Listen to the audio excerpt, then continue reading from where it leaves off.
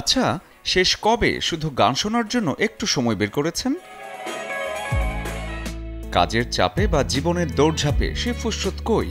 কিন্তু ডাক্তার যদি প্রেসক্রিপশনে ওষুধের বদলে রোজ 2টি করে গান শোনার কথা লিখে দেন, তাহলে কেমন হবে? শুনতে অদ্ভুত লাগলেও গবেষণা বলছে গান হতে পারে মানসিক উদ্বেগ আর রক্তচাপ কমানোর এক দারুণ টোটকা। যখন আমরা পছন্দের গান শুনি, তখন মস্তিষ্ক থেকে ডোপামিন নামের হ্যাপি হরমোন বের হয়, যা মনকে প্রশান্ত করে, যার সরাসরি প্রভাব পড়ে রক্তচাপের ওপর।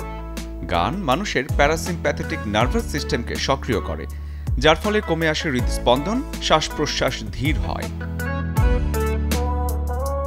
তাই যারা উচ্চ রক্তচাপ বা অ্যাংজাইটিতে ভুগছেন, তাদের জন্য ধীরগতির বা ক্লাসিক্যাল মিউজিক খুবই কার্যকর।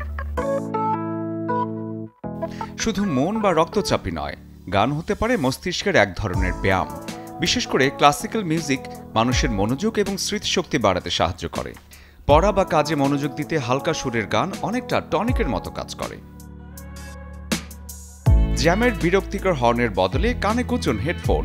কাজের ফাঁকে কিংবা ঘুমোতে যাওয়ার আগে প্লেলিস্টে রাখুন পছন্দের কিছু সুর। এতে শরীর আর মন দুটোই থাকবে একদম ফুরফুরে আর চাঙা। শরীফুল হক, চ্যানেল 24।